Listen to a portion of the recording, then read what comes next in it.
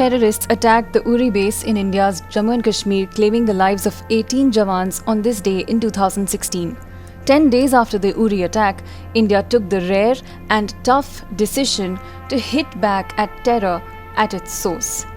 A decision was made to strike at terror launchpads in Pakistan-occupied Kashmir and eliminate extremists whose purpose is to wage a proxy war on India.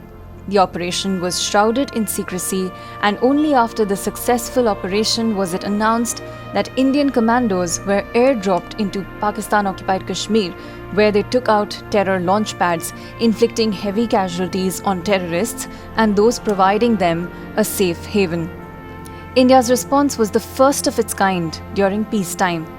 Indian DGMO Lieutenant General Ranbir Singh had announced that Pakistan had been informed about the strikes and that India has no intention of continuing the operations but is ready for any reaction from the Pakistani side. On this day in 1976, 1 million people attended the funeral of Mao Zedong, the leader of the Chinese Communist Party and chairman of the People's Republic of China since 1949. Mao died on September 9, 1976 at the age of 82. During the following 8 days of mourning, 1 million people paid their respects at the Great Hall of the People in Beijing, where Zedong's body lay in state. Hua Guofeng, China Premier and Communist Party first Vice Chairman, who served as Mao's immediate successor, delivered the eulogy. He said, "It was under Chairman Mao's leadership that the disaster-plagued Chinese nation rose to its feet. The Chinese people love, trust and esteem Chairman Mao from the bottom of their hearts." On September 18, 1793, the first US President George Washington laid the foundation of the United States Capitol building. As a young nation, America did not have a permanent capital, and the Congress met in 8 different cities.